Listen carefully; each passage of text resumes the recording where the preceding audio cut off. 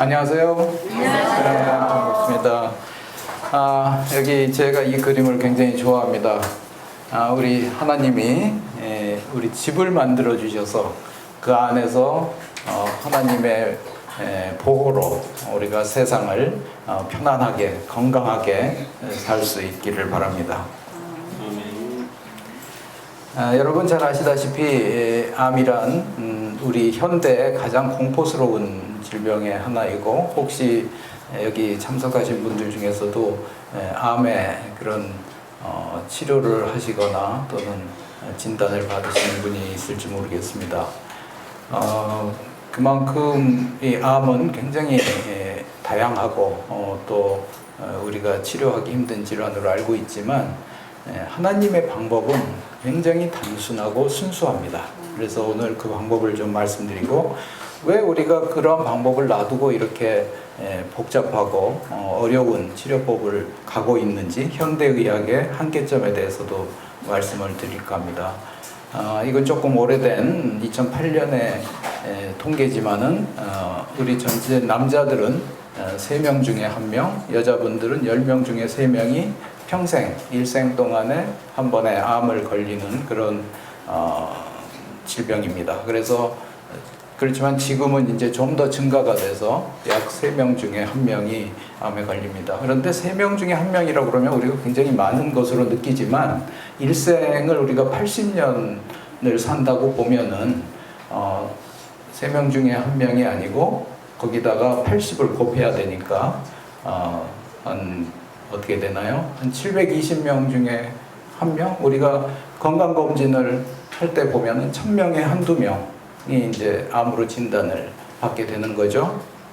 그래도 빈도가 높죠? 네. 그래서 오늘 어떻게 하면 우리가 암으로부터 자유로워질 수 있는지 그걸 좀 말씀을 드려볼까 합니다. 암이라는 것은 흔히 우리가 유전자가 변이를 일으켜서 암이 생긴다고 합니다. 그렇지만 우리가 암하고 유전병하고는 조금 차이가 있습니다. 흔히 아버지가 또는 어머니가 또는 가족 중에 어떤 암이 있으면 내가 암에 걸릴 확률이 높지 않을까, 그렇게 생각을 하시는데, 그렇게 유전성이 병인이 돼가지고 암이 생기는 그런 암은 한 2~3% 밖에 되질 않습니다. 그래서 여러분들 혹시 그 안젤리나 졸리가 유전성 유방암으로 그 유방 수술을 암이 없는데도 불구하고 절제를 해버렸죠. 그게 이제 BCR2라는 그런 유전자인데, 그 유전자가 있다고 해서 암이 발생할 수 있는 확률은 한 65% 정도 됩니다.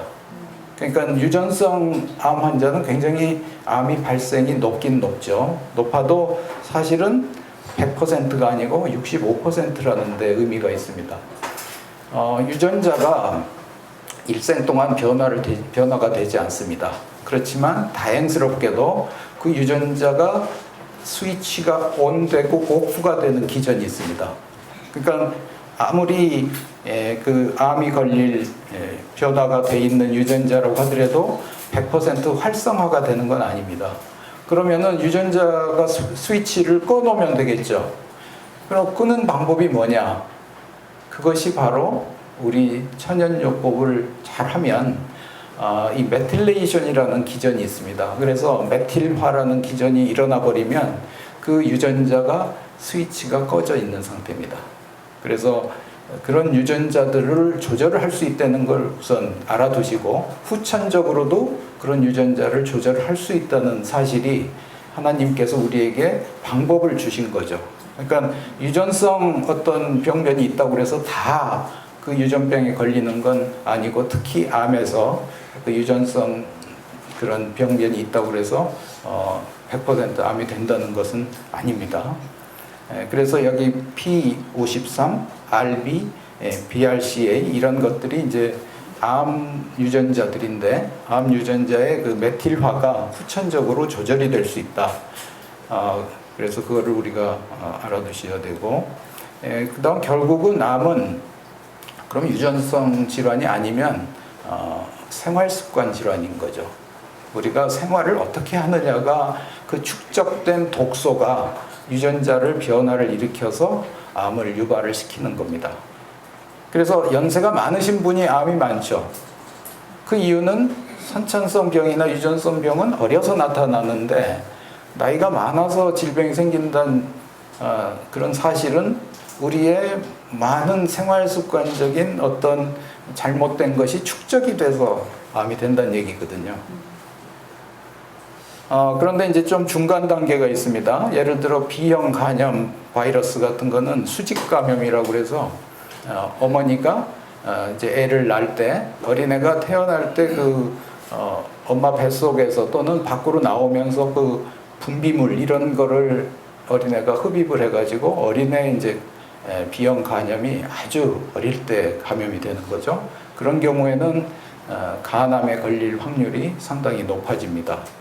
그러니까 그건 바이러스가 아주 태생부터 들어가 있어서 오랜 이제 과정 중에 간염을 유발시키고 간 경변을 가서 그 다음 간암으로 가는 바이러스는 몇 가지가 있는데 여성분들의 그 자궁경부암도 휴먼 파필로마 바이러스라고 파필로마 바이러스에 의해서 생긴다는 게 극히 최근에 이제 입증이 돼서 요즘 그 여성 어린 청소년기에 예방주사를 맞죠. 그래서 앞으로 한 30년 후면은 여성 자궁경부암은 거의 발생하지 않을 겁니다. 그런 예방주사를 맞은 이제 사람들에 의해서 B형 간염도 우리나라 한 3, 40년 전만 해도 굉장히 간암 환자가 많았는데 지금은 많이 줄어들었죠. 모두 이제 B형 간염 백신을 맞기 때문에 그런 식으로 이제 바이러스가 발생하는 암은 굉장히 많이 그 빈도가 줄어들었습니다. 그래서 결국은 암이 무서운 이유는 우리가 당뇨는 혈당 체크만 해보면 당뇨인지 아닌지 알 수 있죠. 또 고혈압 환자는 혈압만 체크해보면 고혈압인지 아닌지 쉽게 판별할 수가 있습니다. 그런데 암은 어떻습니까?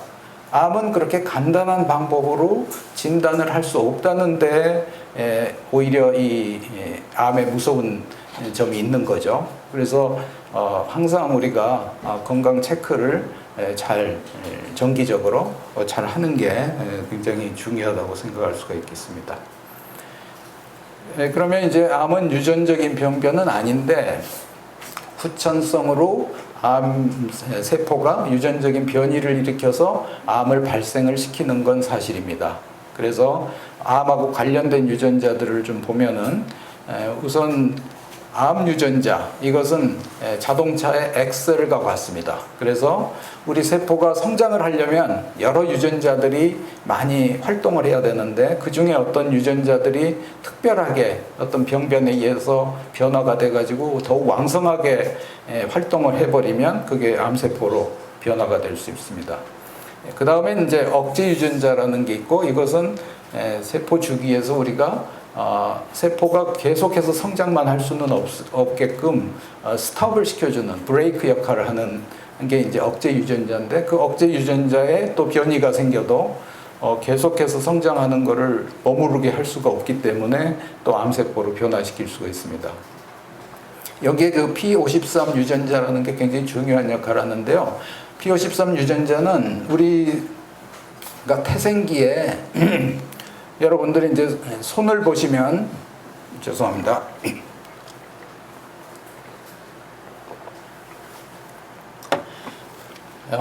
배하시기에는 이 손이 이렇게 사이가 뚫어져 있질 않고 벙어리 장갑처럼 되어 있습니다. 그런데 여기에 이제 차츰 이렇게 뚫어져 가지고 우리 손 모양을 만드는데 이 P53 유전자가 관여합니다. 그래서 P53 유전자가 활동을 하면 차츰 우리 형태를 만들어 나가는 거죠. 그런데 이 세포가 이제 평소에는 세포들을 쉬게 해주는 그런 역할을 합니다. 여러분 이 안식의 중요성이 바로 쉼을 우리가 충분히 쉬어주지 않으면 이 P53 유전자가 굉장히 과도하게 활동을 할 수가 있고 그럴 때 세포가 브레이크를 제대로 걸지를 못하는 거죠. 그러면 암의 성장을 높일 수가 있습니다. 그래서 전체 암 종류가 수십 가지, 수백 가지가 되지만 그 암종에서 가장 흔하게 유전자 변이가 있는 게 바로 P53입니다. 그래서 전체 암의 50%가 이 P53 유전자의 변이가 있는 겁니다. 그 이유는 아마도 그 암에 걸린 분들의 쉼을 제대로 쉬지를 않아서, 휴식을 충분히 취하지 않아서 암이 됐을 가능성이 상당히 많습니다. 그만큼 이 P53 유전자가 중요하고요. 그 다음에 이제 자멸사 유전자라고 그래서 아까 그 세포가 죽어 나갈 때 우리 몸에서는 에이포프토시스, 그래서 자멸사라고 그래서 세포가 더 이상 살아나가면은 암세포화 할 수 있다. 그러면은 조물주께서 그거를 적절하게 없애주는 기전도 만들어 놓으셨습니다. 거기에 P53 유전자와 이 BCL2라는 유전자가 결합을 해서 그 세포가 자멸해버리게. 그러니까 우리 뭐 하루에도 수십만의 세포들이 계속해서 성장을 하고 새로 생기는데, 그렇게 생기다 보면 유전자들이 우리 계단을 밟듯이 캐스케이드라고 그래서 여러 유전자가 단계적으로 활성화가 되면서 성장하고 성숙하고 분화를 합니다. 그러니까 그렇게 유전자가 많이 활동하다 보면 오류가 생길 수가 있죠. 에러가 생깁니다. 그 에러가 생겼을 때 이때 이제 P53 유전자, P53 유전자가 이 세포를 살릴 것인지 에이포프토시스로 자멸사를 시킬 건지를 결정을 해줍니다. 그래서 적절한 경우에는 아직 뭐 그렇게 세포가 아주 악성으로 많이 가지 않았을 때는 또 유전자 가위라는 게 있습니다. 그래서 유전자 가위로 그 손상된 부위를 잘라버리면은 다시 이어주고, 그러면 세포가 다시 제대로 잘 살아갈 수가 있습니다. 그런데 이 세포는 더 이상 복구할 수가 없어, 너무 많이 손상됐어, 이게 그대로 놔두면 악성 세포로 변할 거야. 그러면은 아예 P53가 저 BCL2라는 유전자를 불러가지고 이 세포를 사멸시켜 버립니다. 그러니까 우리 창조주께서 그렇게 각각의 방법에 대해서도 다 방안을 만들어 놓으셨다는 것을 우리가 알 수가 있습니다. 그래서 우리가 BCL2하고 BEX라는 유전자가 또 서로 이렇게 평형을 유지하고 있는 게 우리 건강한 상태인데, BCL2 유전자가 강해지면 세포가 성장해서 암화하는 거고, BEX가 관여하면은 당뇨나 또는 에이즈처럼 소모성 질환일 때는 BEX가 과도하게 발현이 돼서 세포들을 많이 사멸시키는 그런 과정을 거칩니다. 그래서 우리 몸에서 적절하게 이런 평형을 유지하는 게 중요하겠죠. 암을 발생시키는 거에서 이제 실험적으로 우리가 암을 유발을 시켜봤습니다. 과거에 이 굴뚝 소재를 하는 사람들에서 피부에 암이 많이 발생한 것을 보고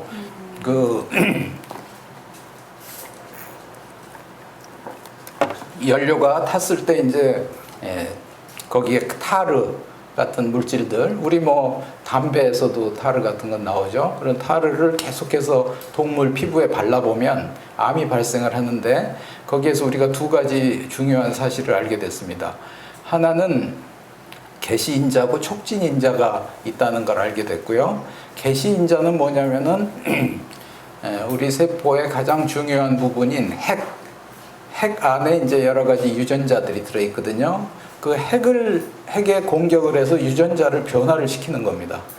그 유전자의 변화가 생기면 그 생긴 것 자체만으로 암이 되는 건 아니고, 그 다음에는 이제 그 변화가 생긴 암을 점점 더 그 세포를 악화시키는 촉진인자가 있습니다. 촉진인자가 여러 번 정기적으로 반복적으로 투여가 됐을 때 두 번째 군이죠. 두 번째 군에서 암이 생겼습니다. 그런데 세 번째 군도 개시인자는 핵의 변화를 주기 때문에 그 변화가 오래 갑니다. 그래서 상당 기간이 지났는데도 또 촉진인자가 이렇게 정기적으로 그 촉진을 시켰을 때는 또 암이 생깁니다. 그래서 2번하고 3번에서는 암이 생기는데, 다른 단계에서 뭐 촉진인자가 먼저 발생했거나 또는 촉진 인자가 아주 드문드문 추가되거나 이럴 때는 암이 발생하지 않습니다. 그러니까 암도 굉장히 여러 가지 조건이 맞아야 발생할 수가 있는데, 그런데 예를 들어서 우리가 흡연을 생각해 보면 무수하게 이런 과정이 진행이 돼 가지고 지금 흡연을 약 하루에 한 갑 이상 한 30년 이상 피우신 분들은 상당 퍼센티지가 폐암이 발생하거든요. 그러니까 이런 조건을 맞춰주고 있는 거죠. 담배를 피움으로써 그런 걸 우리가 미리 알고 그런 것을 잘 예방을 해야 되겠습니다. 한번 이거 읽어봐 주시겠습니까? 약속된 치유. 처음 사람들은 한번 읽어봐 주시죠.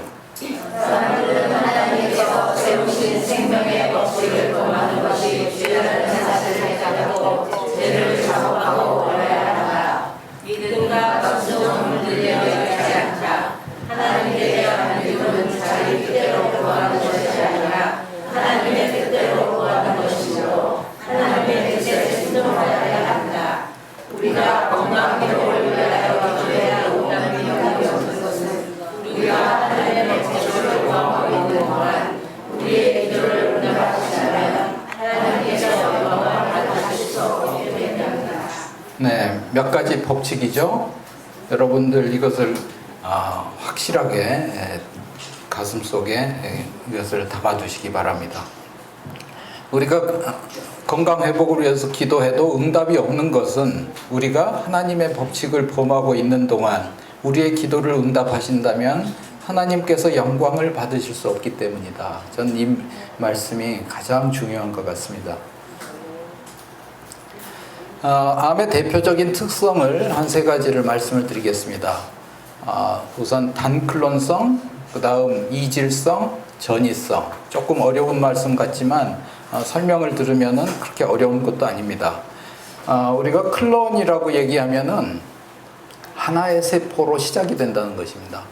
암세포가 아무리 큰 덩어리의 암이 있더라도 그것은 하나의 세포로부터 시작이 됐다는 것을 말씀드리고 싶고요. 이거는 이제 줄기세포에 대해서 우리가 조금 개념을 알아야 됩니다.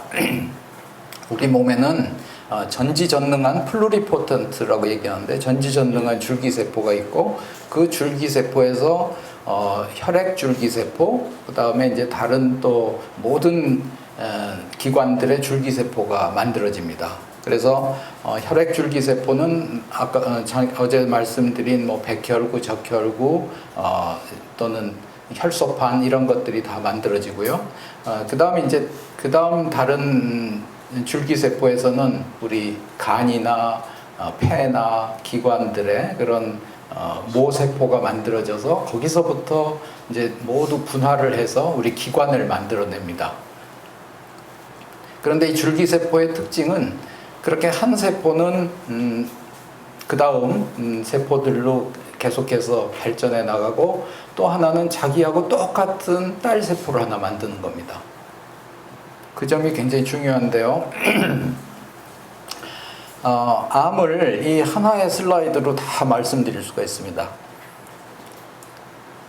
우리 이제 골수에서 혈액모세포, 혈액줄기세포로부터 쭉 성숙된 혈액세포로까지 만들어지는데 한 6단계 과정을 거쳐서 성숙세포가 됩니다. 그래서 그걸 우리가 이제 스템셀, 그 줄기세포에 A에서부터 E까지의 프로그램이 됐다고 한번 가정을 해 보십시다. 그러면은 그 S세포를 줄기세포라고 할 때 A, B, C, D, E를 거쳐서 E세포가 아주 성숙된 세포로 이 세포는 말초 혈관으로 나올 수가 있습니다.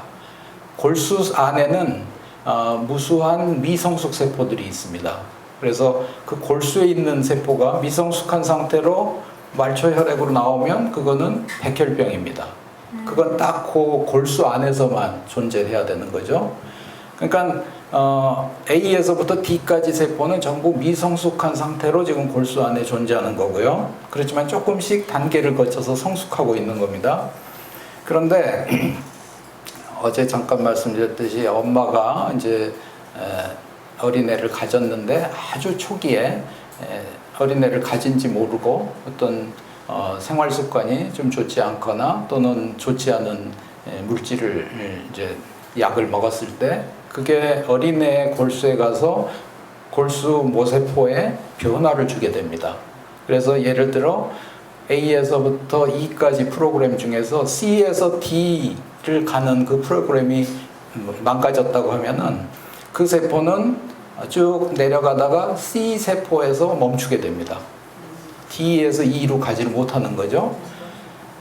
그러면 이제 그 모세포는 똑같은 자기 딸 세포를 S 세포를 만들었습니다.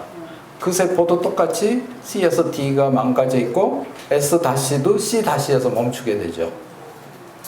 그런데 이분이 이제 또 그 잘못을 조금 더 범해서 그 과중이 돼가지고 이제 그 핵에서 유전자에 B에서 D가 또 손상이 오게 되면 S2- 세포는 B2- 세포에서 멈춥니다.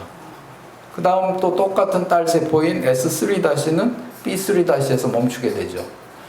그러면 우리가 현미경적으로 보면 이 환자의 골수는 C 계열의 세포하고 B 계열의 세포만 존재하는 거죠. 그럴 때는 우리 몸에선 또 피드백 이렇게 거꾸로 신호 전달을 하는 게 뭐가 있냐면 E라는 세포가 성숙세포가 많이 나와야 S세포에 연결을 해서 이제 그만 만들어라는 신호를 보냅니다. 그런데 이 사람은 지금 이 세포가 만들어지질 않기 때문에 계속해서 더 만들라는 신호만 가는 거죠. 그러면 이 사람의 골수는 지금 C 계열하고 B 계열의 세포들이 꽉 차 있는 겁니다. 이게 바로 암입니다. 그러면 우리가 실제로 보고 있는 암세포는 C 계열을 암세포 1, B 계열은 암세포 2라고 볼 수가 있죠. 그러니까 S세포 하나에서 암세포가 만들어졌는데 실제로 만들어진 세포는 C도 있고 B도 있고 이것이 이질성입니다. 이것이 여러 세포가 성격이 다른 세포들이 합쳐져 있다는 뜻이죠. 근데 여기서 여러분들 잘 보시면 C하고 B가 암세포죠. 이 세포들을 우리가 화학요법으로 치료를 합니다. 잘 치료가 됐습니다. 그런데 재발을 합니다. 왜 재발할까요? S 계열의 세포들이 살아 있습니다. S 세포의 계열들은 지금까지 개발된 화학요법에 잘 듣질 않습니다. 그러니까 우리가 과학자들이 아무리 연구를 많이 했어도 눈앞에 보이는 암세포만 죽이려고 했지 실제 그 원흉이 되는 세포들은 그것을 알지도 못했고 그것을 치료하는 방법이 없었습니다. 그래서 이것이 사단의 방법입니다. 사단은 자기는 숨고 자기 대리자를 내세우죠. S세포들이 바로 사단의 원흉입니다. 그래서 우리가 이 암세포는 이 피부암인데요. 피부도 굉장히 층이 얇은데도 한 4-5개의 층으로 세포들이 구성이 되어 있고 가장 아래에 기저세포가 모세포 역할을 하는 겁니다. 그래서 거기서부터 이제 분화가 되는데 그런 모세포에 어떤 변형이 생기면 지속적으로 암세포가 분열을 해서 덩어리를 만들게 되죠. 정상세포에서는 아까 말씀드린 그 에이포프토시스, 자멸사 과정을 거쳐서 세포 하나가 손상되면 없애버리는데 그걸 이제 능가해서 그 유전자의 비정상적인 축적이 생기면 이제 암으로 이렇게 성장이 되는 겁니다. 아까는 이제 골수에 생기는 암을 말씀드렸는데 이거 폐에서도 똑같은 방법입니다. 하나의 세포가 2개가 되고 2개가 4개가 되고 이런 더블링이라고 얘기를 하는데 더블링이 이론적으로 보면 30 더블링을 하면 1억 개의 세포가 됩니다. 한 개의 세포가 30번 세포 주기를 거치면 1억 개 세포가 되고 그 다음에 10번 더 더블링을 하면은 1kg의 암이 됩니다. 그러니까 사실은 이거를 이론적으로 따지면 40주 우리가 암세포를 실험실에서 배양해 보면 원더블링이 대개 일주일 정도 되거든요. 그러니까 40주면은 하나의 세포가 1kg이 되는 거죠. 그런데 우리 실제는 어떻습니까? 암이 한 수년에 거쳐서도 1cm, 2cm 그 정도에 그치죠. 그런 이유는 암도 성장해 나가는데 우리 몸 안에서 자연적인 여러 가지 면역계나 또는 방해하는 그런 물질들이 많이 있어서 암도 굉장히 어려운 과정을 거쳐서 생존을 합니다. 우리 입장에서는 그것을 더 많이 이제 억제를 하는 게 우리가 해야 될 일이겠죠. 더 이상 성장을 못하게. 이 포겔슈타인이라는 존스 홉킨스의 교수가 이 실험을 쭉 해가지고 찾아낸 발견한 거는 이렇게 유전자들의 변이가 이렇게 아주 악성 암으로 갈 때는 적어도 6개 내지 7개가 추가가 되어야 이런 암으로 가는 거고, 우리가 단순하게 그냥 선종 또는 용종, 폴립 이런 걸로 얘기하는 것도 2-3가지의 유전자가 이미 변이가 돼 있다고 그렇게 밝혔습니다. 그리고 암에서는 굉장히 수술을 크게 하죠. 암은 뭐 한 1cm지만은 그 주변 4-5cm까지 이렇게 떼는 이유가, 우리가 눈으로 봤을 때는 암 주변 세포들에 아무 변화가 없는 것처럼 보이는데 실제로는 상당히 유전자 변이가 확산이 돼 있는 걸 알 수 있습니다. 오늘 아침에 최 원장님께서 과일에 조금의 흠이 있으면 그걸 떼어내지 않으면 독소가 퍼져 있다고 그랬죠. 그거하고 유사합니다.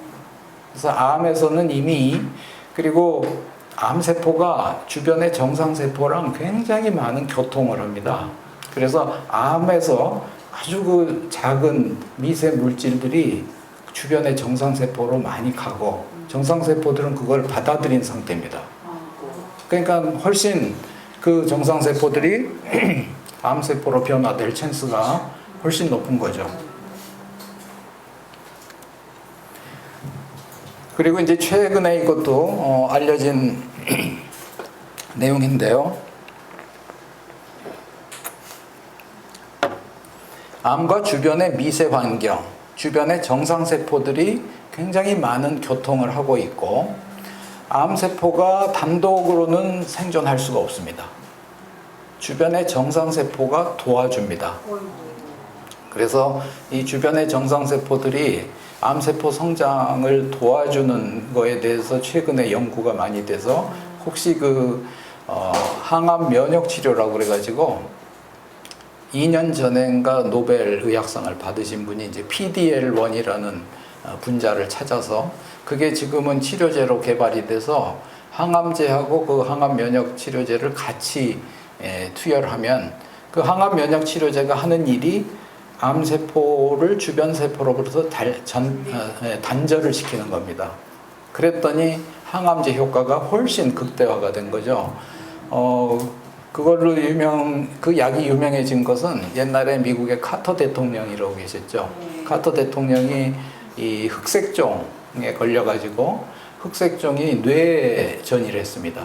그래서 거의 이제 말기가 되셨는데, 그때 마침 그 항암 면역 치료제가 개발이 돼가지고 임상시험을 할 때예요. 그 임상시험에 참여해서 카터 대통령이 깨끗하게 나았습니다. 그래서 지금은 이 약이 거의 1년 치료 그 금액이 1억 5천만 원 정도 됩니다. 그래도 엄청나게 많이 사용이 되고 있고, 그런 비슷한 약을 개발하기 위해서 엄청나게 많은 제약회사들에서 지금 노력을 하고 있습니다. 그런데 면역 치료야말로 하나님이 주신 것이거든요. 그것을 옛날에는 면역 치료제를 개발을 한다고 해도 미국 NCI나 FDA에서 그것을 거절했습니다. 왜냐하면 모든 약을 항암 화학요법제를 개발하기 위해서 엄청나게 돈을 투여하고 제약회사들도 거기에만 집중을 했지 면역 치료라고 얘기하면은 콧방귀도 뀌지도 않았습니다. 근데 그게 지금은 이런 이제 새로운 지식도 알게 되고 새로운 효과도 알게 되고 그러니까 이제 또 모두 다 면역 치료로 뛰어들고 있는 겁니다. 그렇지만 하나님은 처음부터 우리에게 면역 체계를 주시면서 자연적으로 암을 낫게 하는 방법을 주셨거든요.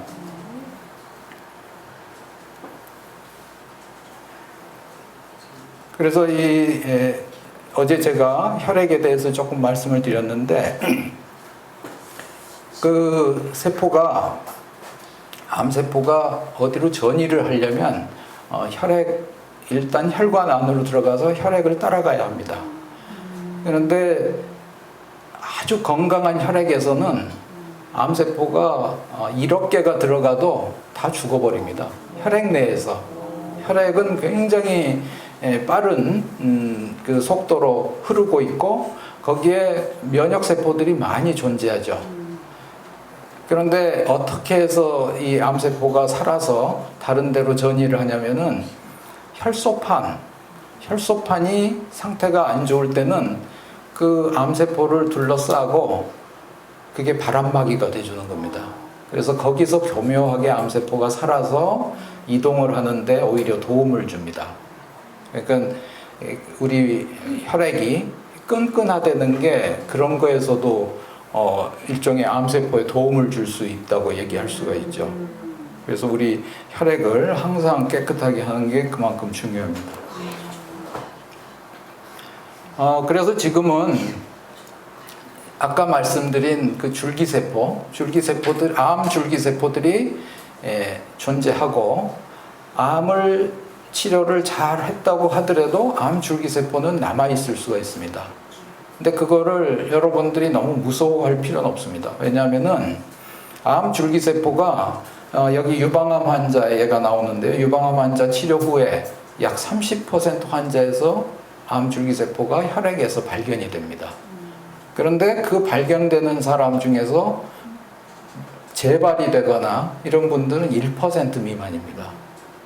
그 얘기는 뭐냐면 암 줄기세포가 우리 몸에 있다고 하더라도 그것을 면역 체계가 억누르고 있는 거죠. 숫자를 줄여주면 절대 전이를 못합니다. 그러니까 항상 우리가 면역 체계를 활성화한 상태로 있어야 되고 특히 암 환자분들은 그러니까 우울증이나 이런 상태가 3, 4개월이 지속이 되면 우리 T림프구나 NK세포가 굉장히 많이 저하가 됩니다. 그러니까 항상 우리가 기도하고 찬송 드리고 웃는 것을 잃지 않고 이런 것들이 어제 말씀드렸죠. 사이코뉴로 이뮤놀로지 그렇게 우리 몸에서 그 기쁨과 또는 활력이 항상 T세포를 또 NK세포를 키워나가고 증식시켜준다는 것을 명심하고 계셔야 됩니다. 여기 보시면 이 아까 암 줄기세포 조금 말씀을 드렸는데 세포들이 여기 지금 연하게 브라운 컬러가 두 종류가 있는데요. 좀 연한 브라운 컬러가 실제로 보는 암세포들이고 진한 브라운 컬러가 암 줄기세포입니다. 그리고 파란 색깔은 거기에서 떨어져 나와서 멀리까지 이동하는 줄기세포입니다. 그래서 우리 혈액 내에 있는 줄기세포들은 이렇게 이제 이동할 수 있는 그런 줄기세포들인데 이거의 존재를 우리가 잘 알지 못했던 게 그 암 줄기세포들은 굉장히 아주 정상세포하고 닮아서 선하게 보입니다. 이것도 사단하고 똑같죠. 아주 선하게 보이는데 실제로는 가장 원흉인 세포들이죠.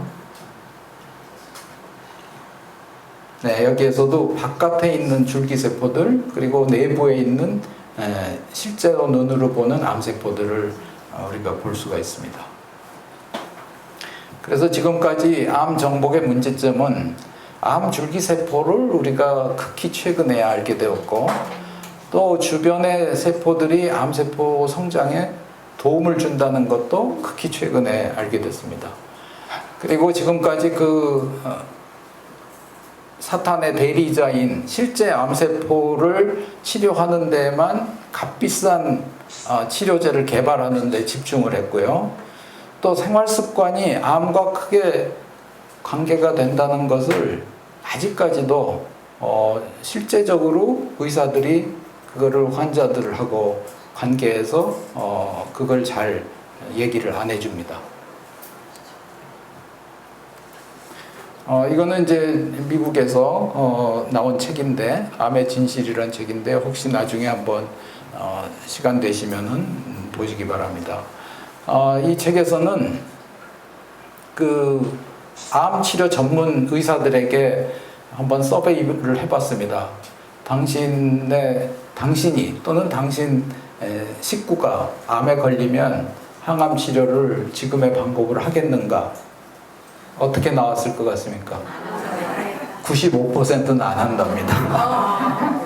그런데 그게 그렇게 된 이유가 이분이 굉장히 많은 이제 자료들을 모아가지고 해봤는데 적어도 한 19세기 정도까지는 천연 치료 그리고 전인 치료를 대부분 하고 있었고, 어느 나라나 그리고 굉장히 다양한 치료를 인간적인 치료 또 하늘에서 주신 치료 이런 것들을 다양하게들 했었습니다. 그렇지만 미국이 세계적으로 이제 주도권을 잡으면서 1910년도에 플렉스너 보고서라는 것을 만들었는데, 여기에서 모든 의료 체계를 독점 체계로 만들었습니다. 그래서 그 뒤에는 그런데 석유 재벌, 록펠러 재단하고 카네기 재단 등이 지원을 해서 자기들의 규격에 맞지 않는 의과대학은 지원을 하지 않는 겁니다. 그러다 보니까 모든 의과대학이 아주 일관적인 그런 체계로 들어갔고, 거기로부터 치료제도 항암 화학요법제를 개발을 하고, 그게 단순화된 하나의 체계가 이루어지면서 독점 체계가 된 거죠. 그래서 세계적으로도 약을 개발하는 비용을 엄청나게 비싸게 만들어가지고 500억, 1000억이 들어야만 약을 개발할 수가 있습니다.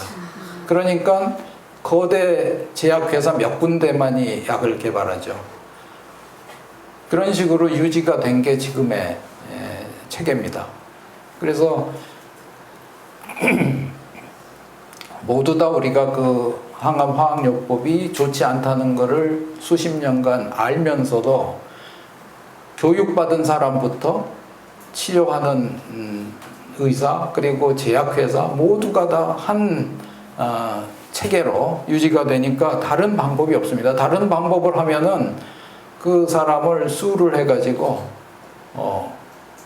형무소에 가게 만드는 겁니다. 자, 하나님의 치료 원칙 한번 읽어봐 주시기 바랍니다.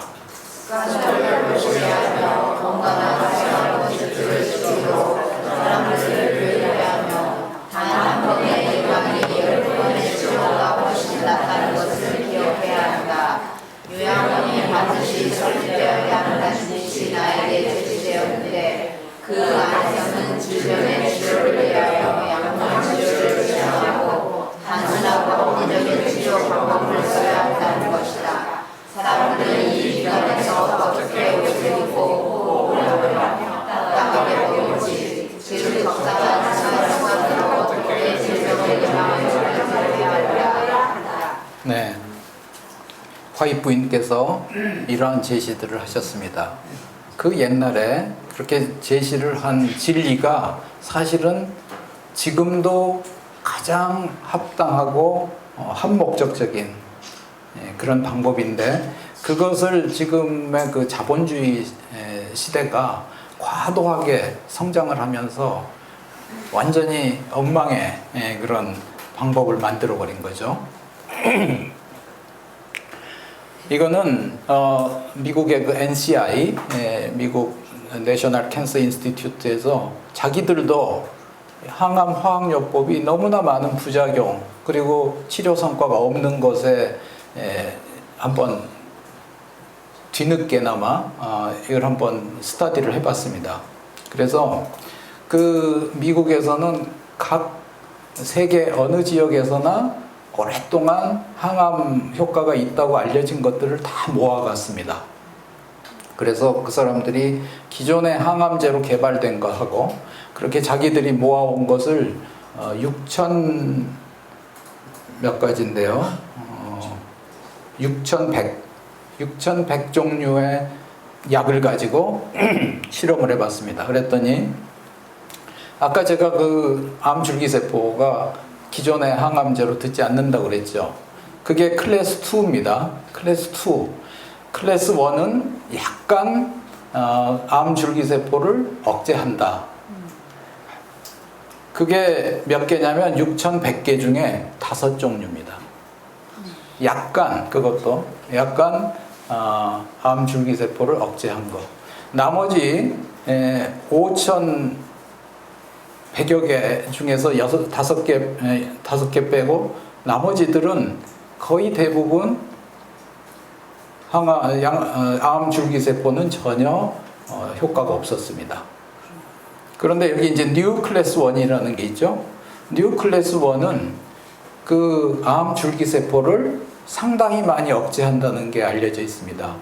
근데 거기에는 아래 보시면 Chinese Medicinal Herb 3개, 중국의 오래된 전통 항암 치료제 3가지하고 그 다음에 밑에 Fungal Extract, 이거는 버섯에서 추출한 물질 3가지. 그러니까 아시겠죠? 우리 천연에서 우리가 얻을 수 있는 것들이 오히려 암줄기세포를 훨씬 더 효과적으로 억제를 하거나 치료를 할 수 있다는 게 알려진 겁니다. 그런데 거대 제약회사에서 이 중국 약이나 버섯 종류 가지고 약을 만들겠습니까? 돈이 안 되죠. 만들면 비싸게 팔 수가 없죠. 제가 이거는 이제 실험을 해본 건데요. 여기에서 보시면 저희가 암세포에서 많이 발현되는 유전자를 억제해가지고 억제하면 암세포가 죽어버립니다.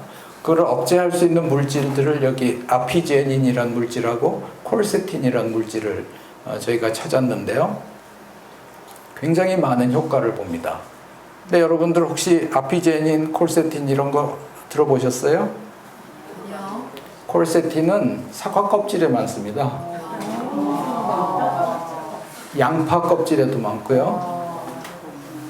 그런 껍질들에 이 콜세틴이 많고, 아피제닌은 파슬리, 그런 샐러드 종류들에 많이 있습니다. 그리고 여기 이제 제니스틴이라는 것은 대두 추출물, 레스베라트롤은 적포도주, EGCG는 녹차 추출물, 이런 것들이 다 항암 치료제로 또는 항암 예방제로 쓸 수가 있는 것들이거든요. 그러니까 우리가 다 일반 하나님이 주신 자연에서 섭취할 수 있는 것들이고, 그런데 우리가 흔히 녹즙을 많이 먹죠. 저는 그 녹즙에 대해서는 너무 일률적으로 추출된 것을 우리가 먹음으로 해서 그건 소화에도 그렇게 좋은 편은 아니고요. 그 다음에 이 물질들을 저희가 연구하면서 느낀 건데, 물질들이 조금의 변화에 따라서 효과들이 달라집니다. 이건 조금 이제 다른 얘기인데, 여러분들 혹시 커피 드실 때 그 갈아서 드시는 커피 드셔보셨어요? 네. 잘 안 드시죠, 커피들은. 그렇지만 이제 하나 예를 들어서 제가 말씀드리려고 하는 겁니다. 저는 이제 저희 아버님이 그걸 좋아하셔서 조금 경험이 있는데, 그거를 좀 크게 갈았을 때, 또 좀 적게 갈았을 때 각각 풍미가 다 다릅니다. 그 이유는 여러분들이 씹을 때도 이것을 얼마나 잘게 씹느냐 또 조금 덜 씹느냐에 따라서 영양분이 상당히 다르다는 겁니다. 그래서 우리 몸에는 그 영양분들이 다 사실은 필요한 거죠. 그래서 우리가 즙으로 먹는 것보다는 씹어서 먹는 게 훨씬 더 다양한 영양소를 섭취를 할 수 있는 거죠. 그래서 아까 그 예를 들어서 이제 제가 아피제닌을 얘기했지만 아피제닌에 조금씩 변화된 그런 물질들은 여러 채소들에 다 있습니다. 그래서 우리가 다양한 채소를 먹어야 되고 그 다음에 씹을 때도 굉장히 다양하게 그것을 씹어서 먹는 것이 단순하게 갈아서 먹는 것보다는 훨씬 더 효과가 크다. 그것을 말씀드리고 싶습니다. 여러분 좋아하시는 겁니까? 네. 여기 파슬리도 있고요. 여기에 또 없는 좋은 우리 채소들도 많이 있죠. 그래서 하나님이 주신 이 채소들을 단순하게 순수하게 먹는 것이 우리 몸에 가장 좋다고 생각을 합니다. 채식의 우월성, 잘 아시다시피 30 내지 40세 재림교인은 일반인보다 6.2년, 금연자보다 3.1년을 더 장수합니다. 우리 세계적으로 장수 마을이 세 군데가 있죠. 로마린다, 오키나와, 훈자 마을은 어디 있죠? 이태리? 아니요. 그 산 에베레스트 산. 에베레스트 밑에. 네. 그래서 그런 장수 마을을 보면은 대부분 다 아주 천연의 장소에서 주로 채식을 주로 하고 또 특히 로마린다가 오키나와는 오히려 지금은 장수 마을에서 이제 탈락할 정도로 좀 오염이 됐는데 로마린다는 지속적으로 그런 이유가 바로 또 종교적인 그런 우리가 하나님을 믿는 그 믿음이 굉장히 큰 역할을 한다고 합니다. 그래서 주님께서는 기름과 피를 먹지 말라. 이는 너희 초소에서 대대로 영원한 규례니라. 그런 말씀을 하심으로써 채식의 중요성, 우월성을 말씀을 하셨습니다. 제가 귀여우려면 이제 그만 끝내야 되는데 어떻게 계속 할까요? 좀 귀엽지 않아도 괜찮습니까? 그러면 뭐 괜찮으시겠어요? 네, 여러분 계속 감사합니다. 사실은 지금 한 절반밖에 못 됐습니다. 그래서 아직 절반이 남았습니다. 인간의 재앙은 이거는 이제 미국 CNN에서 발표를 한 건데요. 세계적으로 20년간 암이 57%가 증가를 했고 암으로 인한 피해는 경제적인 손실을 위시해서 굉장히 많은 큰 손실을 가지고 있죠. 그렇지만 여기서 가장 중요한 것은 우리가 충분히 노력할 자세가 돼 있다면 예방할 수 있다는 겁니다. 이 점이 중요합니다. 그래서 이미 미국 CNN에서도 이것을 강조를 했다는 거죠. 실제로 지금 40대, 50대, 60대, 70대, 80대로 갈수록 암 증가하는데 지금 2000년도에서부터는 약간 그 기울기가 낮아지고 있습니다.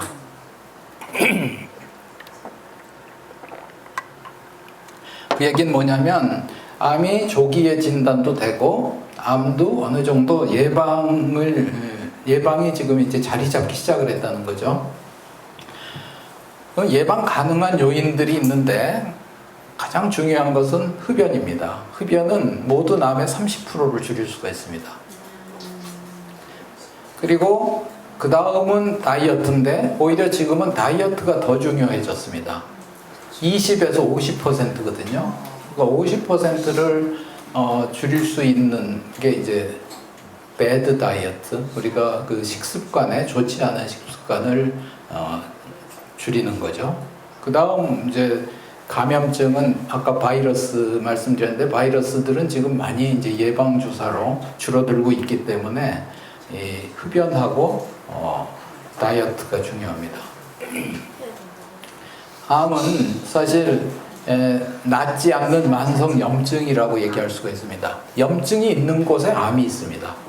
그래서 우리가 염증을 간과하지 말고 염증을 되도록 빨리 없애는 것이 암을 줄이는 가장 효과적인 방법입니다.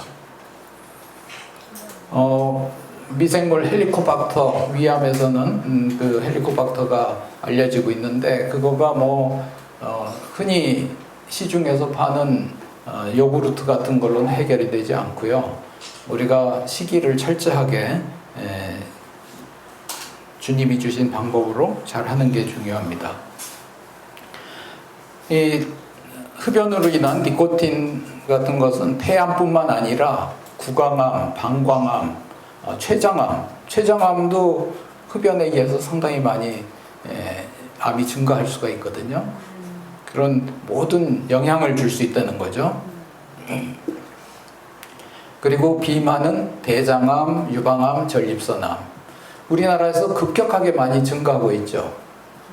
특히 대장암, 유방암. 그게 모두 서구의 그런 식습관이 우리나라에 들어와서 그렇습니다.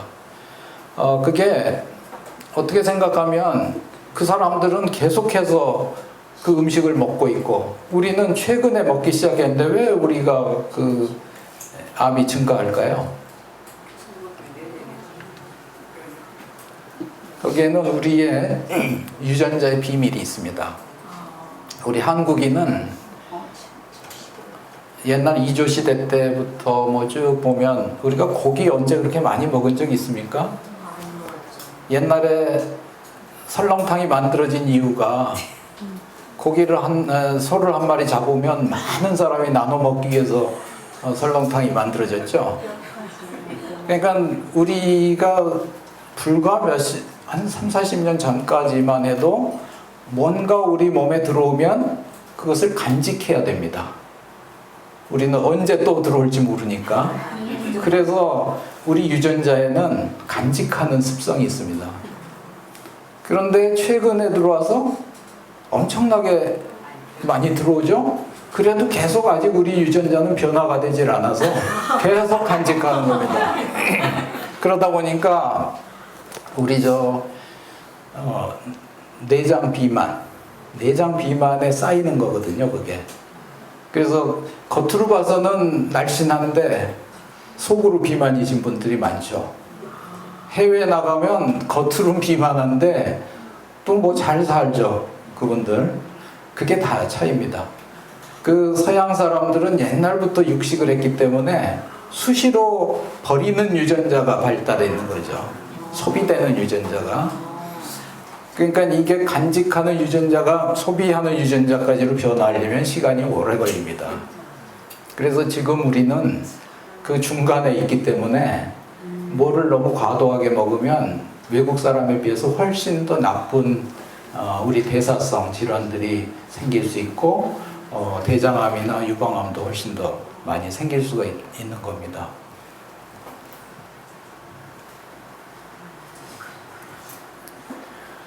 그래서 만성 염증이 세포의 재생을 유발하죠.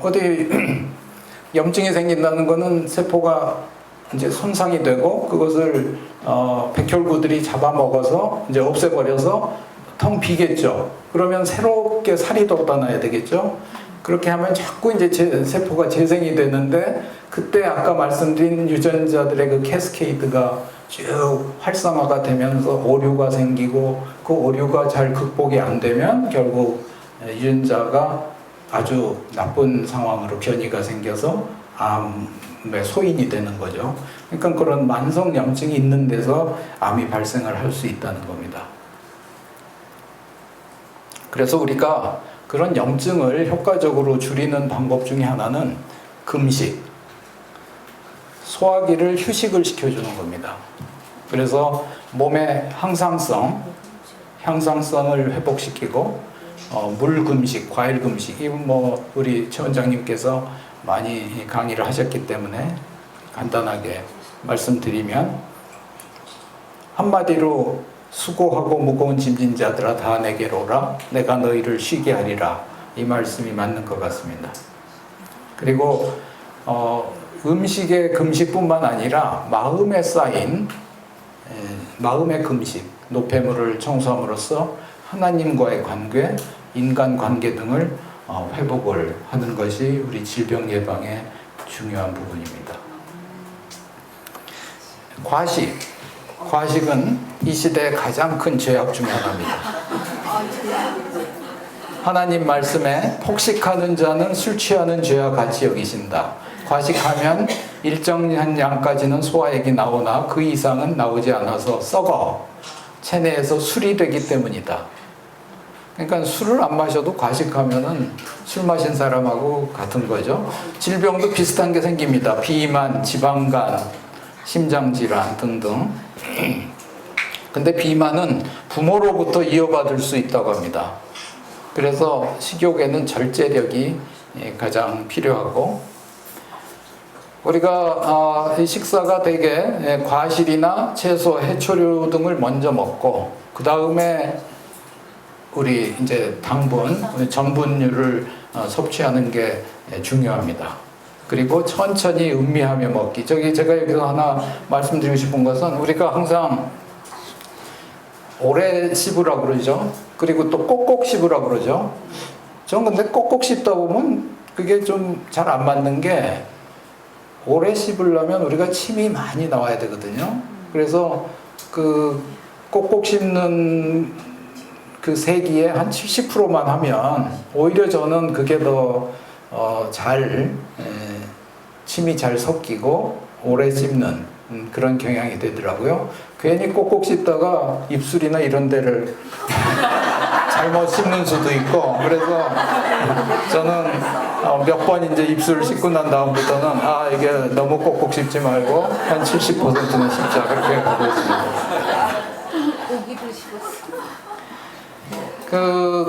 여러분, 우리 몸에 요즘 그 장내 세균에 대해서 많은 얘기들이 나오죠. 그래서 우리 장내에는 우리 몸에 5kg 정도의 미생물이 있습니다. 95%. 여러분 체중의 5%가 장내 세균입니다. 전혀 생각 안 하셨죠? 여러분 몸에 이렇게 다른 주인들이 있다는 거를. 근데 거기에는 이제 유해균하고 유익균이 있어서 그게 적절하게 공생을 해야 되는데, 예를 들어 이런 곳에 한번 우리가 항생제를 먹어버리면 초토화가 돼버립니다. 그러니까 얼마나 항생제가 무서운지 아시겠죠? 초토화가 돼버리면 그걸 다시 한번 복구하는 데는 훨씬 더 오랜 시간이 걸리겠죠. 그리고 그게 제대로 잘 또 유익균하고 유해균의 그 분포가 맞게끔 이게 제대로 돼야지. 그렇지 않으면은 계속해서 몸에 우리 변을 보는데 변화가 올 수가 있겠죠. 그런데 과거에 우리가 섬유질은 영양소가 아니라고 했거든요. 무용지물로 알았습니다. 그렇지만 이 영양소, 섬유질이 이 이 균들의 먹이가 됩니다. 그러니까 우리가 먼저 채소를 먹어주는 이유가 그 섬유질로 우리 손님들을 먼저 먹이고 그 다음 자기가 먹을 것을 먹어야 된다는 배려의 법칙도 되죠. 그 세균들을 잘 먹여야 여러분이 튼튼합니다. 그래서 금식을 하시고 보식을 하시죠. 그 보식이 굉장히 중요합니다. 이 균들을 적절히 잘 분포하도록 해주는 게 보식이거든요. 그냥 바로 음식을 먹어버리면 절대 이 균들이 제대로 자리를 못 잡습니다. 여러분들 이렇게 이제 건강 강의 잘 들으시고 또 장내에 세균을 잘 키우시면 돈도 버실 수 있습니다. 이 어린애들에서 네오네탈 콜라이티스라고 그래가지고 신생아 장염이 있습니다. 근데 이것이 아주 치명적이에요. 항생제 중에 제일 독한 항생제가 반코마이신이라고 있거든요.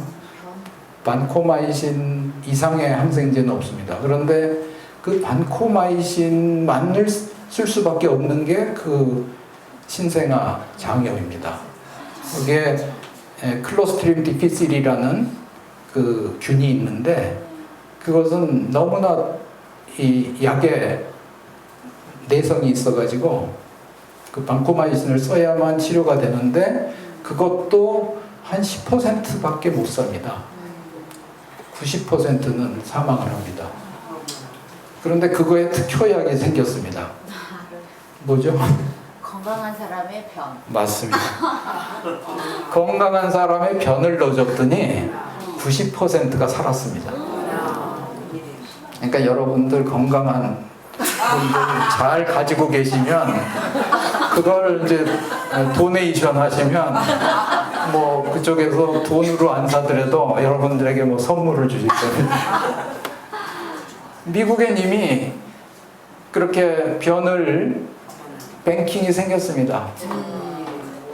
아마 최 원장님 변도 거기서 또 특별히 주문이 올지도 모르겠습니다. 그러니까 아마도 채식하시는 분의 변이 훨씬 더 비싸게 책정이 될지 모르겠습니다. 그러니까 여러분들 이 미생물들을 잘 갖고 노시면 여러분 건강에도 좋고 남을 도와줄 수도 있고 그렇습니다. 그래서 다시 또 균에 들어가면 정제된 음식보다는 거칠고 투박한 음식을 좋아합니다. 미생물들이. 그래서 우리가 섬유질 섭취가 적으면은 그런 미생물들의 변화가 있어서 굉장히 다양한 질병들이 생기죠. 또 이 섬유질이 아주 미세한 섬유질은 우리 혈액 내에서 돌아다니면서 미세먼지들을 또 흡착해 가지고 청소를 시켜줍니다. 채소의 중요성 아시겠죠? 네. 그래서 암의 예방은 사실 간단하고 단순합니다. 규칙적이고 절제된 소식, 그리고 양념은 되도록 가볍게, 채식과 섬유질 많은 음식을 위주로. 국내에서도 저 지리산 기슭이나 이런 데 장수마을이 있거든요. 그래서 이제 서울대학교 노인병 연구소에서 서베이를 갔는데 그런 곳들의 특징이 약간 비탈진 곳에 노인이 사시는데 뭐 음식은 옛날에 먹던 그대로 채소 위주로 드시고 항상 뭘 하시려면 오르락내리락 하셔야 되잖아요. 이게 자연 운동이 되는 거죠. 그리고 좋은 햇볕에 그렇게 사시는 분들이 장수하는 거죠. 그 다음 사실은 이제 음식 그리고 휴식은 충분한 잠 그런 게 이제 가장 중요하고 그 다음에 이제 운동이 또 중요합니다. 이분은 이제 제가 잘 아는 분인데 여기 간 효소 수치들이 빨갛게 된 게 정상에서 벗어난 거죠.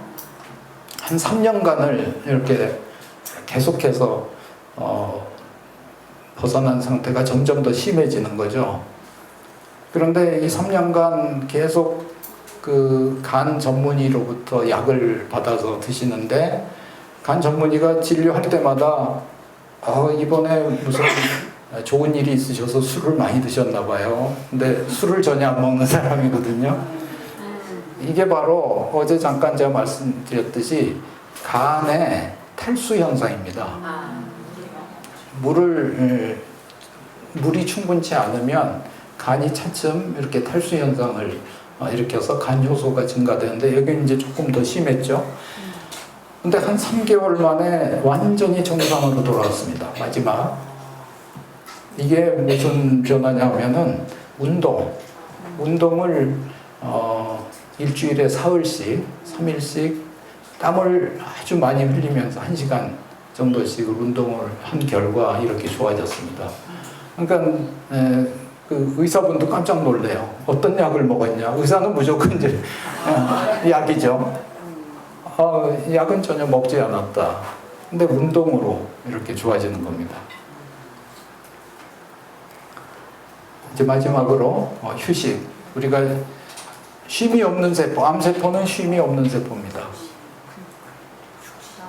그리고 정지신호는 P53, P53 유전자가 하는데 인간의 형태나 기관 형성 시에도 이 P53은 굉장히 중요한 역할을 하고 정지, 쉼, 휴식, 결국 안식, 세바트 이것이 바로 우리 치유의 길입니다.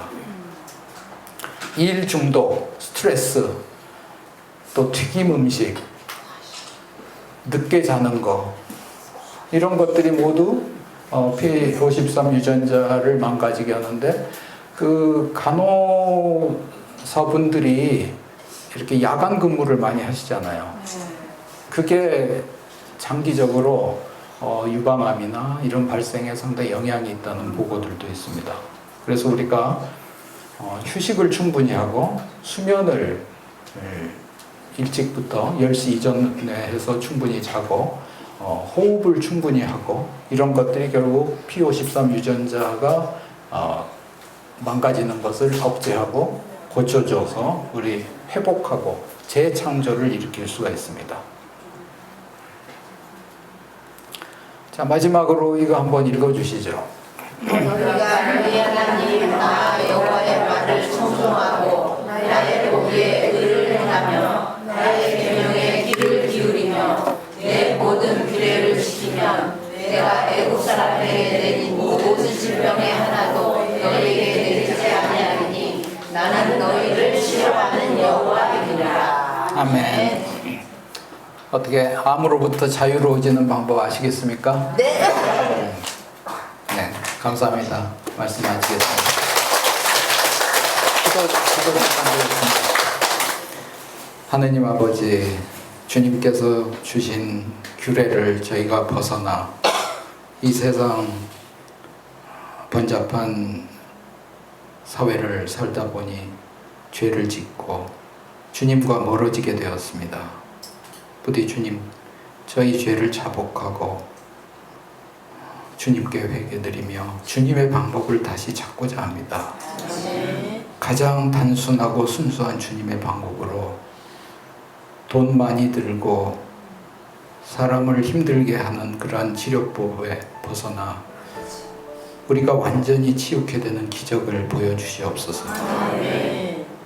모든 말씀 주 예수 그리스도 이름 받들어 기도드립니다. 아멘.